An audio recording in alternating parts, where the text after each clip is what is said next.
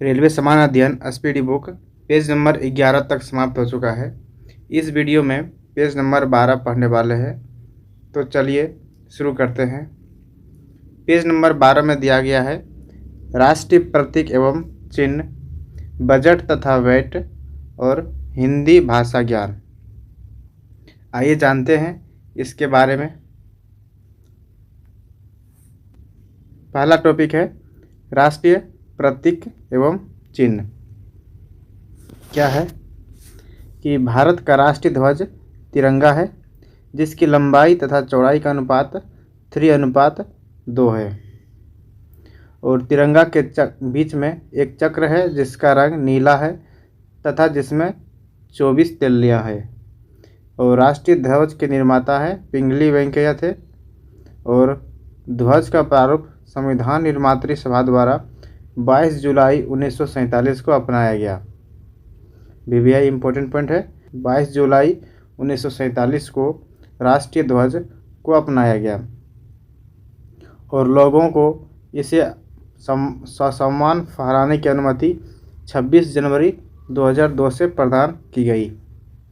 और भारत के झंडा गीत विजयी विश्व तिरंगा प्यारा की रचनाकार हैं श्री श्यामलाल गुप्त पार्षद ने की थी। और शक संवत पर आधारित भारत के राष्ट्रीय कैलेंडर को 22 मार्च 1957 ईस्वी को अपनाया गया और राष्ट्रीय कैलेंडर का प्रथम माह चैत्र तथा अंतिम माह फाल्गुन होता है। और भारत का राष्ट्रीय चिन्ह अशोक चक्र है जो सारनाथ स्थित स्तंभ में अंकित है। भारत सरकार ने राष्ट्रीय चिन्ह को 26 जनवरी 1950 को अपनाया। राष्ट्रीय चिन्ह सत्यमेव जयते मुंडकोपनिषद से लिया गया है।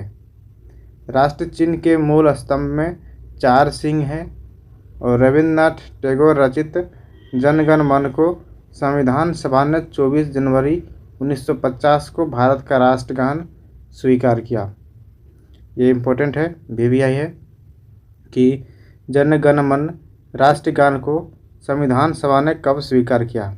याद रखना है 24 जनवरी 1950 ईस्वी को। और राष्ट्रगान को सर्वप्रथम 27 दिसंबर 1911 को कांग्रेस के कलकत्ता अधिवेशन के अध्यक्ष थे पंडित विशन नारायण दत्त में गाया गया। कि जनगण मन को सर्वप्रथम कब गाया गया? कलकत्ता अधिवेशन में गाया गया था 27 दिसंबर 1911 ईस्वी को।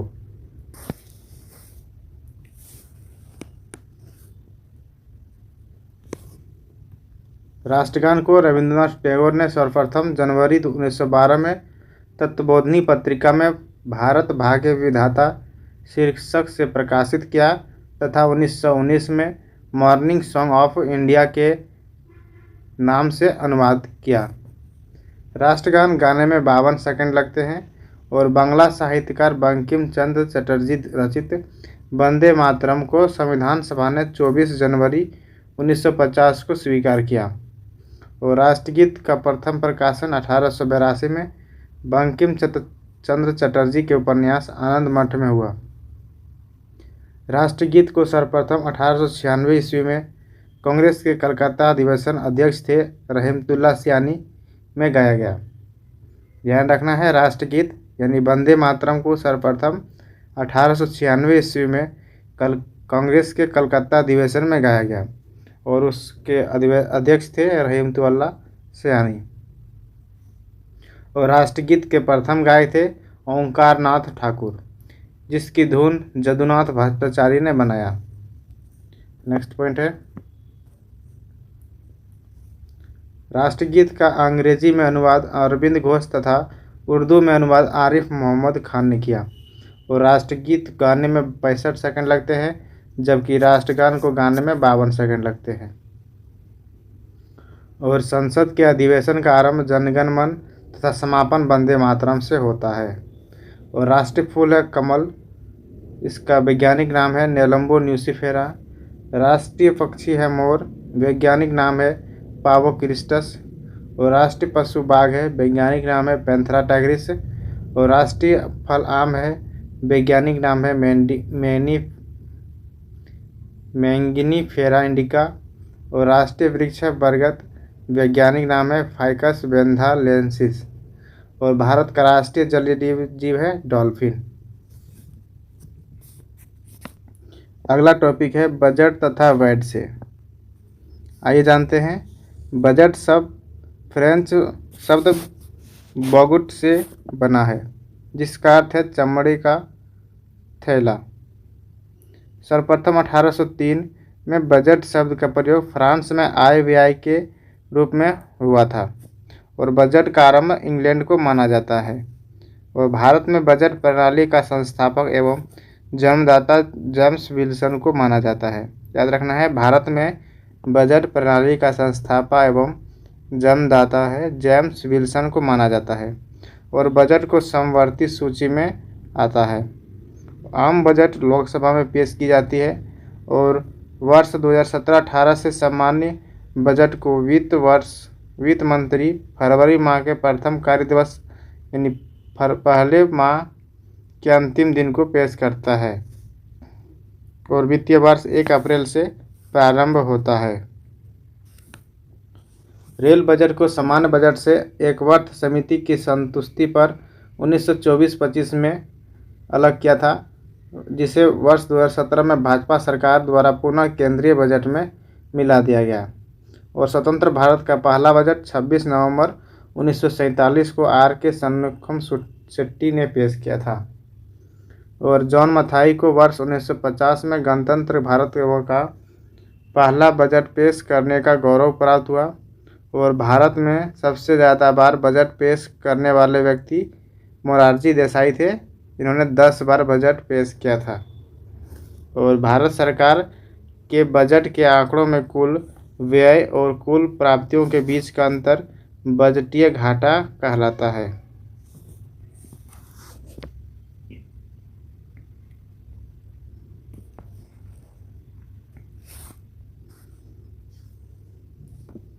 आउटकम बजट पहली बार 25 अगस्त 2005 को पी चिदम्बरम ने प्रस्तुत किया था।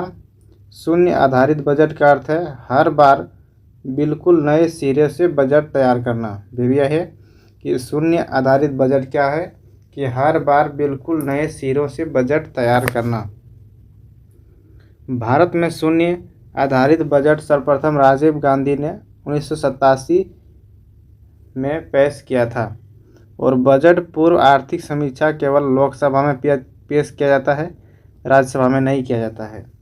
और संविधान का अनुच्छेद 112 में वार्षिक वित्तीय विवरण यानी बजट तैयार करने का उल्लेख है।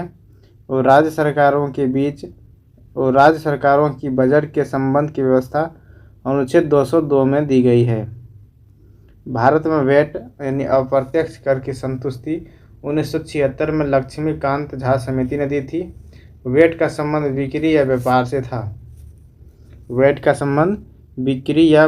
से था। वैट यानी मूल्य वर्धित कर को सर्वप्रथम लागू करने वाला देश फ्रांस 1854 में लागू किया। और भारत में वैट 1 अप्रैल 2005 में लागू हुआ। वैट सबसे पहले हरियाणा में और अंत में उत्तर प्रदेश में लागू किया गया। भारत सरकार में सेवा कर 1994 से 95 में प्रारंभ हुआ। और मॉडरेट यानी संशोधित मूल्य वर्धित कर को 1 अप्रैल 2000 को कैनवेट में परिवर्तित कर दिया गया, जो उत्पाद कर से संबंधित है। कर ढांचे में सुधार हेतु चलैया समिति का गठन 1991 ईस्वी में हुआ। और राजकोष की नीति सरकार की प्राप्ति, राजस्व और व्यय से संबंधित है। अगला टॉपिक है हिंदी भाषा ज्ञान।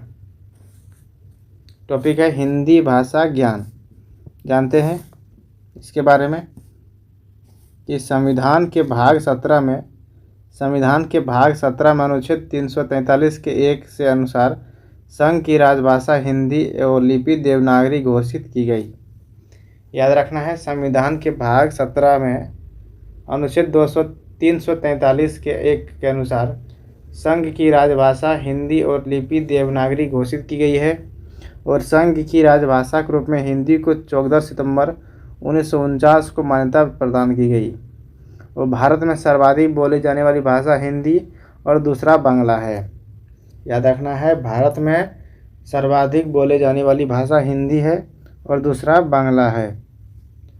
भारत की तेलुगु भाषा को इटालियन ऑफ द ईस्ट कहा जाता है।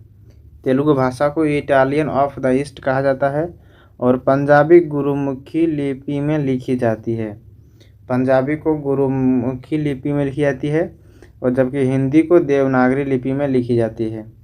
और संविधान की अष्टम सूची में 22 भाषाओं को मान्यता प्राप्त है, जबकि 14 मूल में है, जबकि 14 प्रारंभिक संविधान में थी। राज्य भाषा आयोग का गठन 1955 में किया गया, जिसके अध्यक्ष बीजे खेर थे। याद रखना है, राज्य भाषा आयोग का गठन 1955 में किया गया, जिसके अध्यक्ष बीजे खेर थे।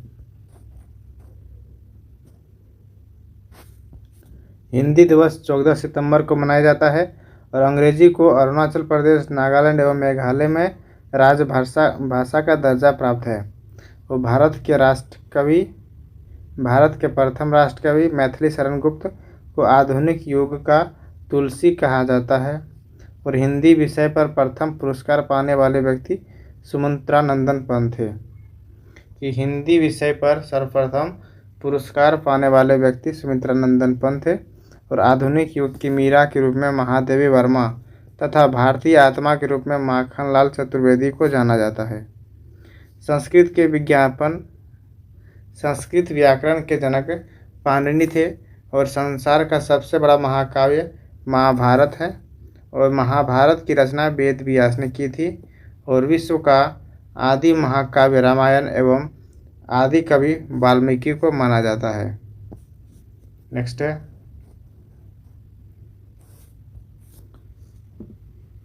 रामायण मूलतः संस्कृत भाषा में और रामचरितमानस अवधी भाषा में लिखी गई। हिंदी का सबसे बड़ा महाकाव्य पृथ्वीराज रासो है। और हिंदी भाषा इंडो यूरोपियन से संबंधित है। कालिदास भारत का शेक्सपियर कहलाते हैं। सुमित्रा नंदन पंत सुकुमार कवि कहलाते हैं। और विश्व की सबसे प्राचीन भाषा सुमेरियन है। और केंद्रीय अंग्रेजी व विदेशी भाषा संस्थान हैदराबाद में है, जबकि institute of advance studies Shimla में स्थित है। भारत में आधुनिक शिक्षा के जन्मदाता चार्ल्स ग्रांट 1792 ईस्वी से माना जाता है। और भारत का आइंस्टीन नागार्जुन को और कलम का सिपाही मुंशी प्रेमचंद्र को कहा जाता है। हिंदी में आशु लिपि का जन्मदाता राधेलाल द्विवेदी हैं। नेक्स्ट पॉइंट है कि प्रथम हिंदू विधि निर्माता मनु थे। और देश का प्रथम विश्वविद्यालय नालंदा है, जिसकी स्थापना गुप्त शासक कुमारगुप्त प्रथम ने 450 ईस्वी में किया था। विक्रमशिला विश्वविद्यालय की स्थापना पाल शासक धर्मपाल ने 9वीं सदी में किया था। और प्रथम हिंदी सम्मेलन भारत में 1975 में नागपुर में हुआ। वेटिकन सिटी में सभी भाषाएं मान्य है। Thank you. जय हिंद। मिलते हैं नेक्स्ट वीडियो में। धन्यवाद। जय हिंद।